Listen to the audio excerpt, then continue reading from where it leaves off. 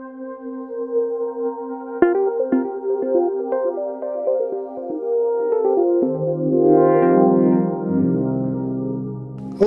my name is Rob Weinstock, and I'm an attorney in the Environmental Practice Group at Barnes Thornburg in their Chicago office. I'm here today to speak a little bit about how you can best prepare and conduct inspections by the Illinois Environmental Protection Agency, or the IEPA. I'll address a few things. First, and most robustly, we'll discuss how to prepare for agency inspections. And then I'll give a brief rundown of how an inspection actually occurs and what to expect during the inspection.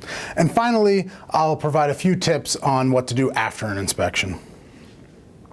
There are a few things you can do to always be prepared for an inspection, and they're of a more long-term nature. First, you should conduct regular internal inspections of your own facility. The conduct of such self-inspections could really be the topic of another presentation entirely. Such internal inspections can vary in the level of formality, they can be integrated into your existing environmental management systems, and they can involve consultants and counsel. Consult with your environmental attorney to determine how best to structure internal inspections for your business. And remember, when internal inspections are conducted with the assistance of counsel, those inspections and the results or reports may be protectable from disclosure to regulators under certain legal privileges. Additionally, you can also ask your environmental counsel to conduct regular database searches and submit Freedom of Information Act requests to the IEPA to obtain up-to-date copies of any files that the agency may be keeping on your facility. This will give you a greater opportunity to proactively correct any misinformation that might appear in your file.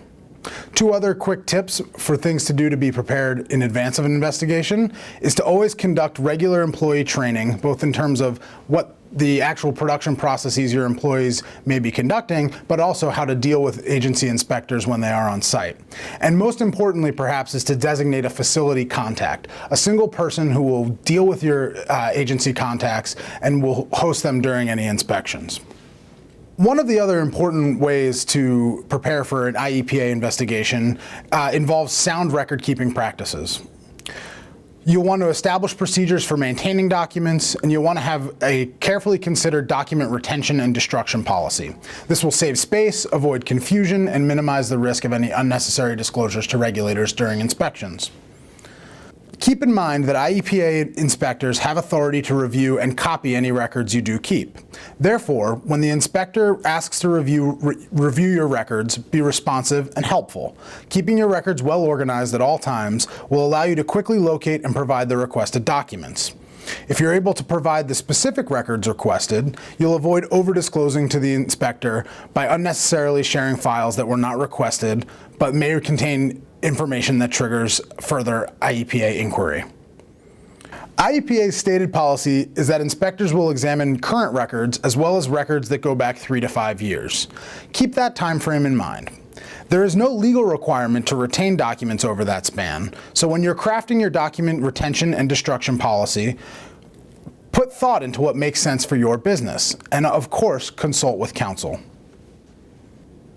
The most important thing to think about in crafting your record-keeping policy is to segregate documents based on different legal requirements, based on whether they contain confidential business information, based on whether any legal privilege is applicable to them, and based on any historic needs that they may speak to. Remember that permits, consent decrees, judicial or administrative settlements, and different regulatory regimes may all require that different types of documents be maintained in different manners and over different time spans. Confer again with your environmental counsel so you know and are familiar with any requirements applicable from any of those sorts of sources.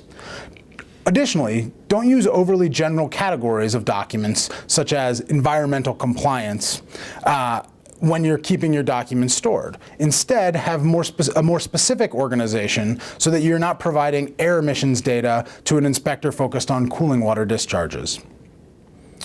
I'll speak a moment now and again later about confidential business information. If you're storing sensitive business documents at your facility, perhaps related to production processes, product design, or accounting information, you should make sure that any such documents are marked as confidential business information, and that such marking appears on any copy of those documents that the inspector makes, receives, or reviews. Under the Illinois Freedom of Information Law, your competitors and any member of the public can request copies of any document that the inspector collects or reviews. The only way to avoid disclosing such documents to the public is to clearly mark such documents as confidential and to follow up with a written request to the agency for confidential business treatment. Your counsel can help you craft and submit such requests, and it's crucial that you do so promptly at the conclusion of any inspection. It's also critical that you mark and segregate documents if they are protected by any legal privilege. This means that legal advice you receive from your attorney should not be kept in a file that also contains publicly disclosable documents or other regulatory documents that an inspector may choose to examine. After you've conducted your long-term preparation and you've kept your records in good order, you'll want to be sure to avoid certain inspection trippers when you are visited by the IEPA. Part of that does start early as well. You'll want to build positive, trusting, and ongoing relationships with the relevant regulators in your area or who regulate specific media that you may be involved with. You want to provide any information requested in a timely and accurate manner. And you want to have open channels of communication with employees, consultants, and the community if you ever do experience any environmental incidents. IEPA and other regulatory agencies have incredible discretion when it comes to starting enforcement actions or targeting facilities for investigations. It's crucial to know who the relevant agency personnel are, and so you can communicate effectively with those personnel during and after investigations or during any environmental incidents. Additionally, one of the most common reasons for an investigation is when there is a significant environmental event at your facility, perhaps an accident, an explosion, or a noteworthy release caused by weather events. In these situations, it is important to react quickly and, with your counsel, to communicate with employees, contractors, regulators, and the surrounding community to assure that all environmental impacts are controlled and hopefully avoid any disproportionate responses fueled by misinformation or speculation. In preparing to host IEPA investigators, you also want to be sure that you're familiar with any inspection guidelines. Review the relevant legal and regulatory authorities, review any internal checklists or guidance your business maintains, and review IEPA publications and their website, as shown on this slide, for tips on how best to handle investigations. Environmental monitoring protocols are complex, and this is an area in which you must particularly be mindful to train your staff that you have designated to host inspectors. If you have environmental consultants who assist you in your permitting or other operations at your facility, it may be a good idea to ask them to give a primer lesson to your on-site staff. Additionally, during an inspection, your staff should be careful to record any sampling that occurs and to take close notes of what the IEPA investigator examines and requests. If any analytical samples are collected during the inspection, your staff should be careful to take duplicate samples. In being prepared for IEPA investigations, perhaps one of the most important general practices you can maintain is to be up to date on agency priorities. You'll want to review any publicized enforcement priorities on IEPA's publicly available documents. You want to communicate with other entities in your industry to be sure that you're aware of current enforcement trends. And finally, you want to ask your environmental attorney. After all, it's their job to be up on these trends and to help you see what's coming around the curve. Now we'll speak a bit about the inspection itself, which we've previewed a little bit in some of my earlier remarks. When the inspection begins, the most important variables are the softest ones. You want to have a positive attitude and present a first impression that provides them with reasonable comfort and which exudes competence and organization. Of course, you'll want to check their credentials. You want to provide and ensure that the IEPA investigator has any necessary protective equipment. And you'll want to contact your environmental counsel and company management so that everyone in the facility is aware that there is an IEPA investigator in the building. The inspection begins with what's known as the opening conference. According to IEPA's policy, the opening conference may be formal or it may be a brief informal discussion of the plan for the inspection. IEPA asks that environmental and health and safety officers be present, and also that employees who are knowledgeable about the environmental activities and production processes at your facility. The inspector may ask about facility operations, including the plant layout, management structure, plant safety protocol. The inspector may also identify certain records that they hope to examine while they're there. Since the inspector will prepare a written report after the inspection, he or she will take notes throughout. The inspector will record information such as facility contacts, plant operations, and any discussions with facility representatives. So don't be surprised if they take a lot of notes, and don't be worried if they're taking a lot of notes. The opening conference is important for several reasons, primarily because it determines the scope of the inspection, and it will let you think about and react to whatever the inspector is interested in.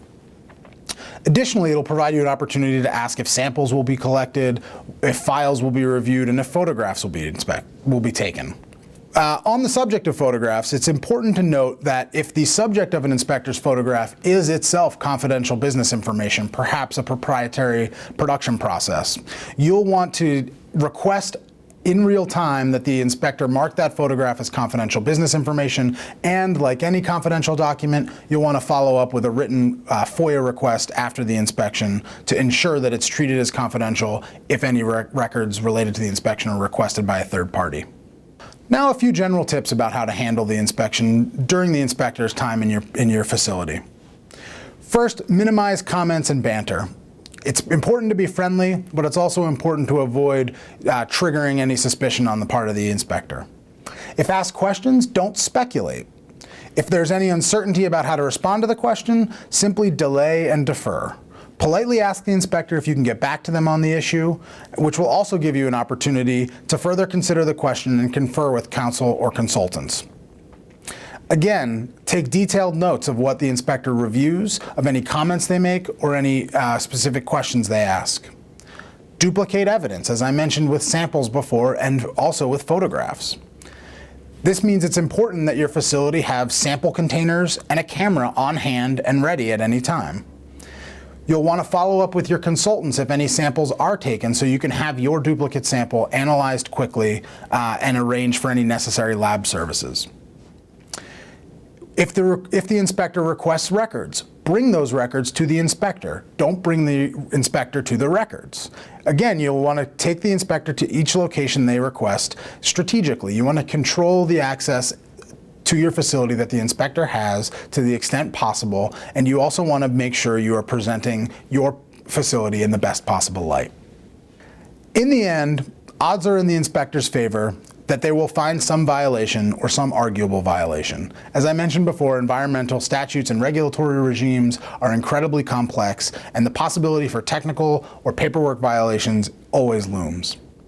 They may even just act like they have found violations in order to hopefully elicit responses or admissions from you or your staff.